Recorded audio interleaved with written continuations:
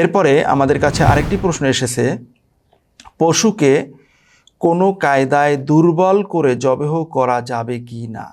আমরা দেখতে পাই অনেক দামি কোনো পশু ক্রয় করার পরে তার অনেক শক্তি থাকে, মানুষ তার পাশে যেতে পারে না, খুব ভয় লাগে। এই সমস্ত পশুকে কোনো কায়দায় দুর্বল করে। খুব অবাক লাগে যে এমনও হয় নাকি যে কারেন্ট শক দিয়ে পশুকে দুর্বল করা হয়, অথবা পশুকে অনেক টর্চার করে পশুকে দুর্বল করা হয়, এরপরে পশুর কাছে যায়। এরপরে হলো বৈদ্যুতিক মেশিনের মাধ্যমে পশুকে কোরবানি করা হয়।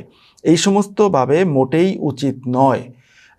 কোনোভাবেই পশুকে টর্চার করা যাবে না, বা এরকম পশুকে যে কোনোভাবেই বৈদ্যুতিকভাবে মেশিন দিয়ে এরকম কোরবানি করা এটা উচিত হবে না। বরং পশুকে আদবের সাথে সুন্নাত তরিকা অনুযায়ী সিস্টেম মতো কোরবানি করতে হবে।